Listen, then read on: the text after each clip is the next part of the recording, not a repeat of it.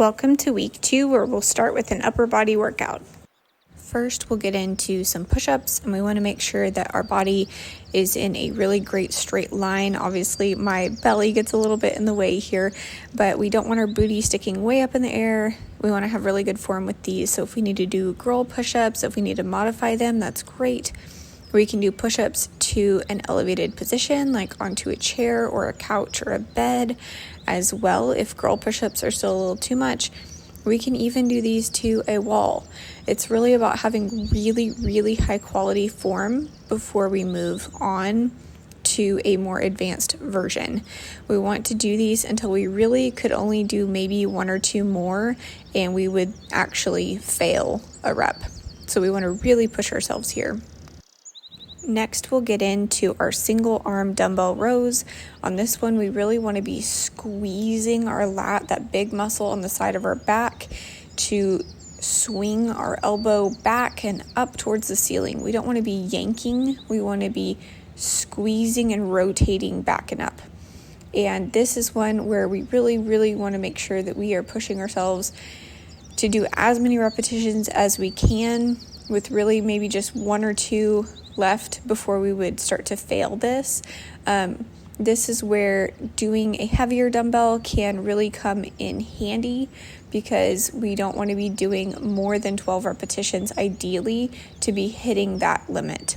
So we'll do one side and then we will switch over to the other side and repeat. Next, we will do a military press, and with this one, we want to really, really make sure we're not arching our back, that all of the power here is coming from our shoulders and our arms. So we want to have a really nice engaged core and to be pushing up above our head. This one is fabulous for building those really nice, strong, beautiful deltoids that give our arms such a defined look. And again, we want to really push ourselves to where we really couldn't do maybe 1 or 2 more reps before failure. But again, ideally aiming for about 8 to 12 repetitions here.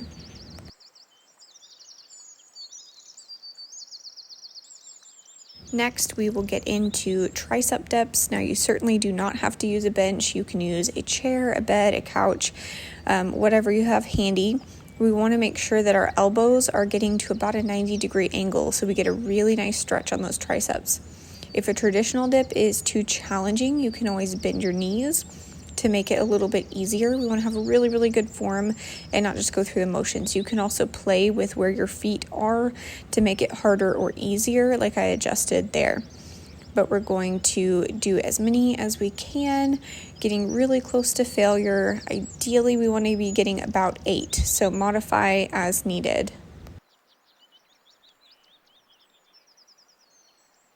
We will take a 60-second rest here between supersets. This is really important to give our muscles and our nervous system a moment to recover so that we can really go into the next superset strong and have a really high quality effort. Again, with these 10-minute workouts, it's really important that we push ourselves really hard to do a lot of strengthening work in that limited amount of time.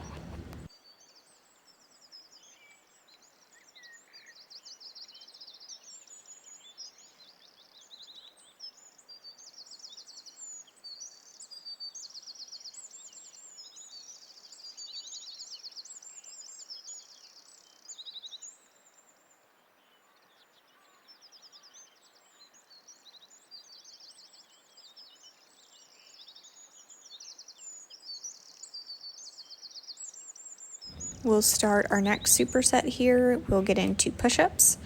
And again, we want to make sure that our form is just really top-notch. So even if we are doing a more modified version, but our form is really high quality, that is going to be superior. We want to make sure, you'll notice my elbows are not flaying way out to the side. They're pretty tucked in. We ideally want them at about a 45-degree angle. This is the best for our chest muscles, and it also gives us a really nice tricep workout.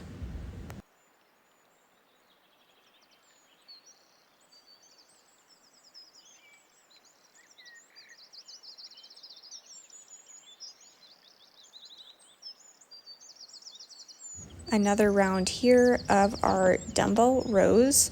And again, really squeezing and rotating that elbow up, not yanking. We do not want to feel this in our upper trapezius muscle up at the top of our neck. We want to feel this like a squeeze down the side of our back. That's really where we want to feel this. And again, we will really push it, try to do within 1 to 2 reps of failure, and then switch sides and do the same amount. You may find that one side is stronger, but we still want to do the same number of repetitions per side.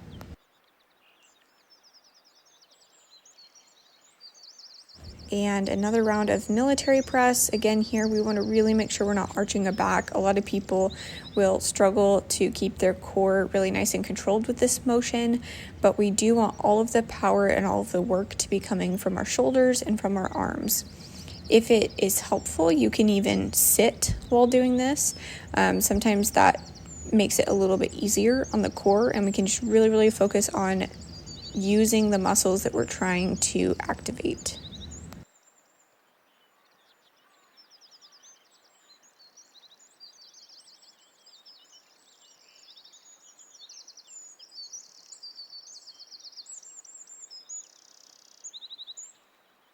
And we will wrap up with our last set of dips. Again, doing the most challenging version that we can with really high quality form, making sure we're going all the way down to 90 degrees to get that nice stretch in the tricep, but modifying as needed to make sure that we can get 8 to 12 repetitions without compromising our form or going all the way to failure.